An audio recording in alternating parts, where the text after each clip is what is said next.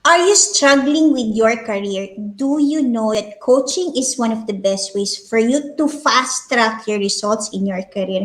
Yes, this is another live coaching call of Working Moms Academy. This is our 11th or 12th episode already.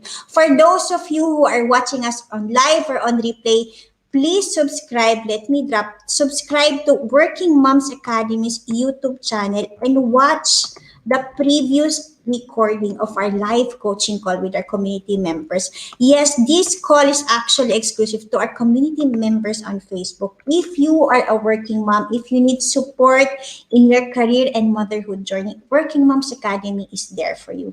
If you are not aware about Working Moms Academy, let me just speak quickly about what is Working Moms Academy is all about. After suffering from burnout in 2014, it has been my life mission to help mothers overcome stress and burnout. My name is Wandalyn Tan-Calupig and I'm the founder and lead coach of Working Moms Academy. Working Moms Academy is one of the finalists out of 128 applications in the Built to Last hackathon. It's the first female founder hackathon in Southeast Asia.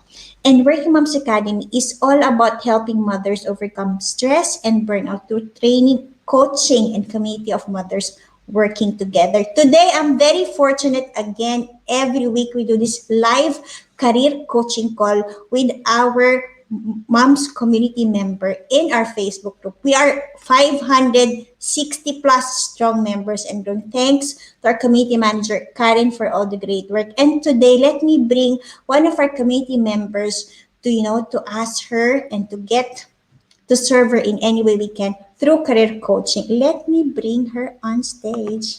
Hi, Annalyn. How are you? Hello, hello. I'm okay. Annalyn, Yes, can you just give... Sorry, you're feeling nervous? hindi, super I ano po ako, super excited. Super excited. Okay, that's good to hear. Can you just give us, please, a quick brief introduction about who you are and what you do? Okay. I'm from Santa Cruz, Laguna, and single mom po ako. Yes, I have kids. 18 years old na yung aking panganay and then 11 naman po yung aking bunso. So I am a licensed financial advisor po ng 3 years na. So ayun, I do vlogging din. So sa vlog ko, doon ko din ginagawa yung pag-share ko about sa financial. And also I have a group. Doon po sa group ko, doon ko din tinutulungan yung mga mommies din, karamihan mommies, kung yung mga, syempre yung mga ideas, paano ba ma-achieve yung goals nila. So sa group ko naman siya sinishare. Hmm. You look very young though, Annalyn. I mean, when you said you have an 18 and 11-year-old, napaisip ako parang, wow, she looks very young. I want to first honor you for being a single mom. I was raised by a single parent mother also because, yung dad ko, he died when I was 9. I know how difficult and tough, and challenging it is to be a single mother. So first, let me honor you for raising your kids alone. And let's go straight to your question. How can I help you today? Ayan. So, syempre bilang financial advisor, 'di ba, of course, meron kami nakakausap na mga client. So, okay naman ako in terms of pakikipag-usap sa kanila, in terms of pagpe-present. Sinasabi naman nila na marami nga daw silang natutunan and whatever. So, kumbaga, yun naman yung mga good feedback. Pero, syempre ako, parang ino-observe ko din yung sarili ko. 'Di ba? Syempre ganun. So, ang napapansin ko sa sarili ko, nahihirapan akong yung tinatawag na madalas ako doon sa wrong choice of word. Hmm. Oo, yung for example, 'di ba pag may kausap ka syempre, minsan pinag-uusapan yung weight nila, yung age nila. Minsan nasasabi ko na, pag mataba talaga gano'n. Siyempre, pag mataba, di siyempre parang, ouch. Tapos minsan may kausap pa ako, sa business din yun. So, siyempre pag matanda na gano'n, sabi, ay, huwag mo namang sabihin matanda na. Parang hinay-hinay ka naman ng pagsasabi. Tapos, ayun, naiisip ko na maraming beses na wrong choice of word talaga ako. So, hindi ko alam kung papaano. Kasi siyempre, di ba, nagpe-present, dire-diretso yung pagko-coach, yung pagsasalita, pero hindi ko alam kung papaano mapipik yung mga tamang salita. Okay. So, if I understand it correctly, your question is how can you choose the right words to speak to Mm. another person, right? without offending them, correct? Na parang same meaning, pero parang 'di ba, mataba, 'di ba 'pag mataba, eh, medyo chubby, o 'di parang magandang pakinggan. Basta marami marami pa pong word na alam kong meron pang mas magandang word sana. Pero minsan ang tagal ko siyang ma-pick sa isip ko, mapili kung ano yung tama, yung mga gano'n. Okay. So actually, first, that is a good thing. It's a good indicator that you are aware of what needs to be improved, right? In terms of, dealing with your clients. If you feel that, being brutally honest is Parang gano'n. being brutally honest is good and bad. It depends on the person receiving it. This is what I learned, right? Because see, Mm. if I tell you being brutally honest is actually good, but it depends on how the other person is perceiving it. Because how ready is your client to hear that? Because if I tell you, if you're brutally honest and it's good because that can make your coaches or your clients take action because you're brutally honest with what they need to do on who they are and what actions they need to get there. So there are different kinds of people. From my experience, there are two ways you can deal with it. Number one, let me ask you first that question. Is it always that way? Is it your own personal observation, or is this something that is a feedback given to you that being brutally honest is hurting you in the process? Ano siya, dalawa, yung isa na-o-observe ko and then the other one is feedback din po. Okay, So feedback. nagpa-observe ako, so feedback nila. Okay, that's good. So that's good. So actually, because we always work two ways, either we get feedback, it's our internal it's an internal also judgment about Mm, ourselves, and also it's about the feedback that we get from others, so it's good that it's both aligned, right? So the mm. first question I want to ask you another question is, what do you think is stopping you from getting the right words? I mean, is it because you're excited to speak? Is it what do you think is stopping you from getting the right politically correct words to use? Ayun, minsan talaga masyado akong mabilis magsalita. Tapos ano po kasi ako, isa pa ay hindi ako multitask. Hindi ako multitasker. Parang yung mind ko 'pag isa lang yung kausap ko, kailangan ito lang. Parang hindi ko kaya yung may sabay-sabay. So yung mind ko para siyang alam niyo po yung parang naglo-loading pa siya. So gano'n yun yung na-e-experience ko. Then nire-recall ko siya, for example, after kong mag-coach, after kong magturo, nire-recall ko siya na, "Ay, may nasabi pala akong gano'n." And yun nga, minsan may kasama akong yung manager ko, then ino-observe niya rin na, "Oh, nasabi mo yung gano'n." Sabi ko, "Oo nga." Parang naaano tuloy ako na nakokonsensya ako, parang gano'n. So sabi ko ay ita-try ko talaga na mas maging better yung word na gagamitin ko. Pero Okay. yun nga, medyo mahirap siya para sa akin. I fully understand that. And you know what I also learned, Annalyn, the best way to speak to another person is by using their same language. I mean, in neurolinguistic terms, we always like the people who are like us. And that is speaking similarly how they are speaking. Like, for example, if you tell me, Annalyn, I'm fat, oh, and how can you help me, right? So if she used the word fat, then do you think it's safe for you to use the word fat also? Okay. See, you should always speak in the language. Like for example, Anna, this is how our mind works because I studied NLP also. See, if I speak faster and you're speaking slower, you will reject me because see the principle is that we tend to like people who are like us, and we Mm. reject change. Now, how do you use that in terms of communicating with your clients? Number one, if your client, you need to speak the same language as your client to have to create that rapport and to have a Mm. smooth coaching call. So imagine if you are speaking very slow and I'm speaking very fast, do you think you'll be threatened by the way I speak? True? Mm. But if I am speaking on the same frequency and the same language that you are speaking, do you think you will feel comfortable? Opo, So na-gets ko siya. did you get it? So like for example, if you're coaching me and I myself during the coaching call said, Annalyn, I'm fat and I need help. So do you think it is safe for you to use the word fat? Yes po, kasi inadmit na niya sa sarili niya eh. Correct. So that way, you first, I think, in any conversation, be with the client, you always need the big ears to listen, right? Mm, To mm, listen and repeat what was said, and you just build on that conversation. But you should also not use a different word. Like for example, if the client only said, I am physically challenged with my weight. So that mm, means she is not willing to accept the fact that she is fat. Hindi Because parang hindi niya dinirect, yes, pinaligoy-ligoy niya pero iisa yung ibig sabihin. correct. So that means she sugar-coated it. So, in any, yeah, the good thing is that when you speak to anyone, you always first know, understand what is the language that they are using Mm, and communicate the same way. Because I mean, your mind, as you said, right, it works so quick. Actually, they said we have about 300 to 1,000 thoughts per minute, and immediately the right thing that comes to mind is the one that we speak. And also, mm, Annalyn, what I also learned is that, see, you don't have to always speak quickly. Sometimes a pregnant pause, a mm, small, a difference in tonality of your voice can mean a lot, and it can also help you process the information more. So, like for example, mm, as you're speaking, right, I have to listen to what is really her question because you're giving me a lot of examples of what happened, but the question itself is not clear, right? So I have to reconstruct it in mind. What is really the real problem here?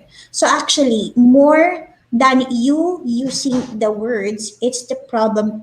For me, I think it's a problem mm, of listening what was said, and then responding to that the same way to build mm. rapport.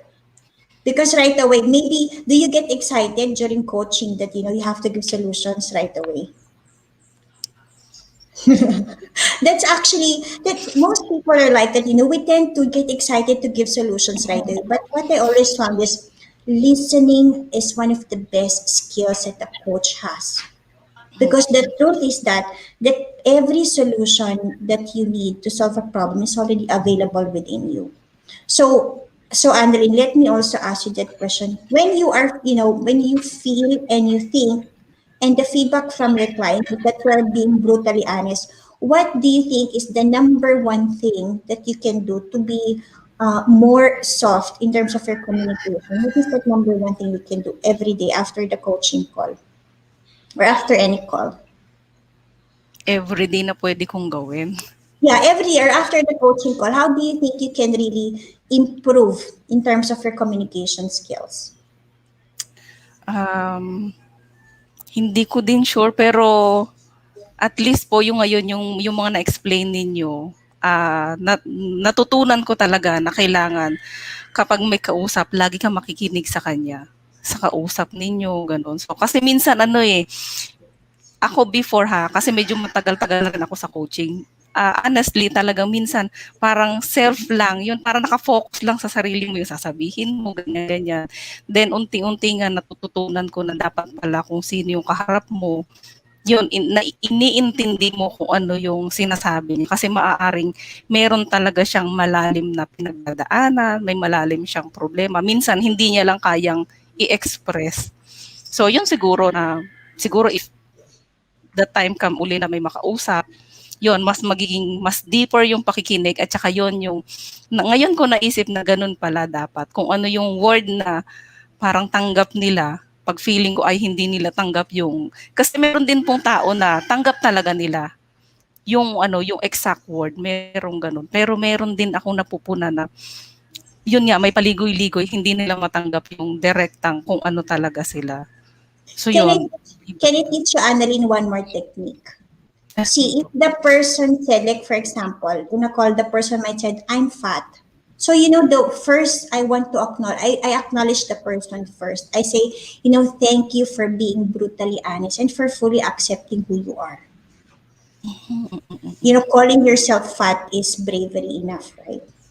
So Mm, that gives them a comfortable space, right? Knowing that, oh, she understands me. And also, on the other hand, if the other person is sugarcoating that, I'm physically challenged, I cannot lose the weight. And then you can always say, you are not alone. I mean, you always have to build rapport, right? A lot of people are going through the same thing. In a call and in any coaching, you have to build first rapport for you to get through the person.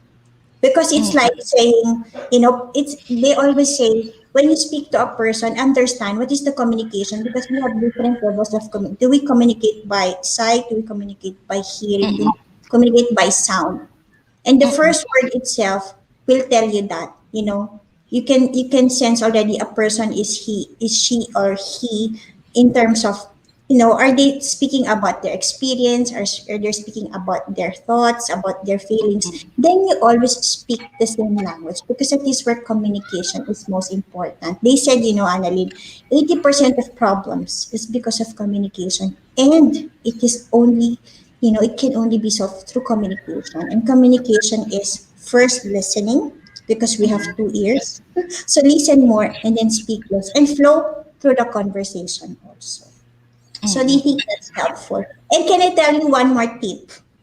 Uy, ang daming tip. Thank you. So, so number one, I told you about listening, right? Listening to what was said and building on that to build rapport. Second, to build the rapport also with your client, is that you need to ask yourself, after, Jack Canfield uses this method. Like, see, you are judging yourself, that you are being brutally honest based on your internal judgment, right? Now, the good thing is that your mind also knows what is the best solution. So, how do I use my inner voice to find solution? I ask myself, thank you for telling me what's wrong. Tell me, what do I need to do to get better? And Mm-mm. then your mind will give you solutions already. You know, T. Harv Eker uses the same method. He will always say to shut the inner voice within and to use it as a solution method. Tell your mind, thank you for sharing. Tell me, Mm-mm. what do I need to do to become better? So, and then your mind will start suggesting things for you. What do you need to do next time? And it's always about, how can I do better next time, is one of the best ways for you to improve also in your business, in any area of your life. So keep on asking the question to access the inner solution you have within and the inner wisdom. Mm-mm. Opo, opo. Is Para that nagshi-share helpful? sila. Para nagshi-share sila ano. True. Because your mind is really, our mind is a solution tool if we just know how to use it. Mm. So do you have any other questions for me, Annalyn? Is that helpful enough? Yes, sobrang very ano talaga, helpful siya. Kasi noon talagang feeling ko, sabi ko, ano ba 'tong problem ko? Madali lang ba 'to sa kanila? Mahirap ba 'tong sagutin o ano? Kasi 'di ba parang 'pag ikaw yung nasa gano'ng situation, minsan parang hindi mo alam kung ano yung solution, eh. Kaya ako po talaga, kahit sabihin niyo po na nagco-coaching ako sa ibang tao, siyempre doon sa parang bago pa lang sumisibol na mga entrep, kahit nagco-coaching ako, I'm still looking for a coach na siyempre mas makakapagbigay pa sila ng deeper information or deeper na meaning kung paano ba ginagawa yung ganito. Kaya talagang, thank you dahil sa opportunity. Most welcome, Annalyn. They said the best coaches have coaches. Yeah, I'm a coach myself, but I still have coaches too. Because I always believe that the best way for me to learn is to learn from another person, right? And we Mm. continue to keep on growing based on what we learn from others. So that's good that, you have the courage to ask these questions. Do you have any other questions for me? Wala na naman po. Ayan. Nasagot na yung aking isang ano. So thank you, Annalyn. First, for those who are watching us on live or on replay, this is Working Moms Academy's live career coaching call. For those of you mothers, who need guidance, please, join our Facebook group. Let me just post it here. And Karen will be happy to welcome you in our community. Also, if you need guidance on your next career move, if you want to feel less stress, if you want to have more time, happiness, and peace at work and at home, please do book a coaching call with me. I have the calendar here available for you. Times are limited because I have a lot of things I'm doing. But if we are the right match, then I'll be happy to support you. So, Annalyn, thank you for your time today. I hope this is helpful to you. remember that, the good thing that you're doing now is that you're helping a lot of people also. So thank you. Thank you for your time. Again, till next time, we look forward to seeing you again for another live career coaching call with another mother. Thank you, Annalyn. Have a Thank great you, thank day. you, thank you God bless po. you. Bye.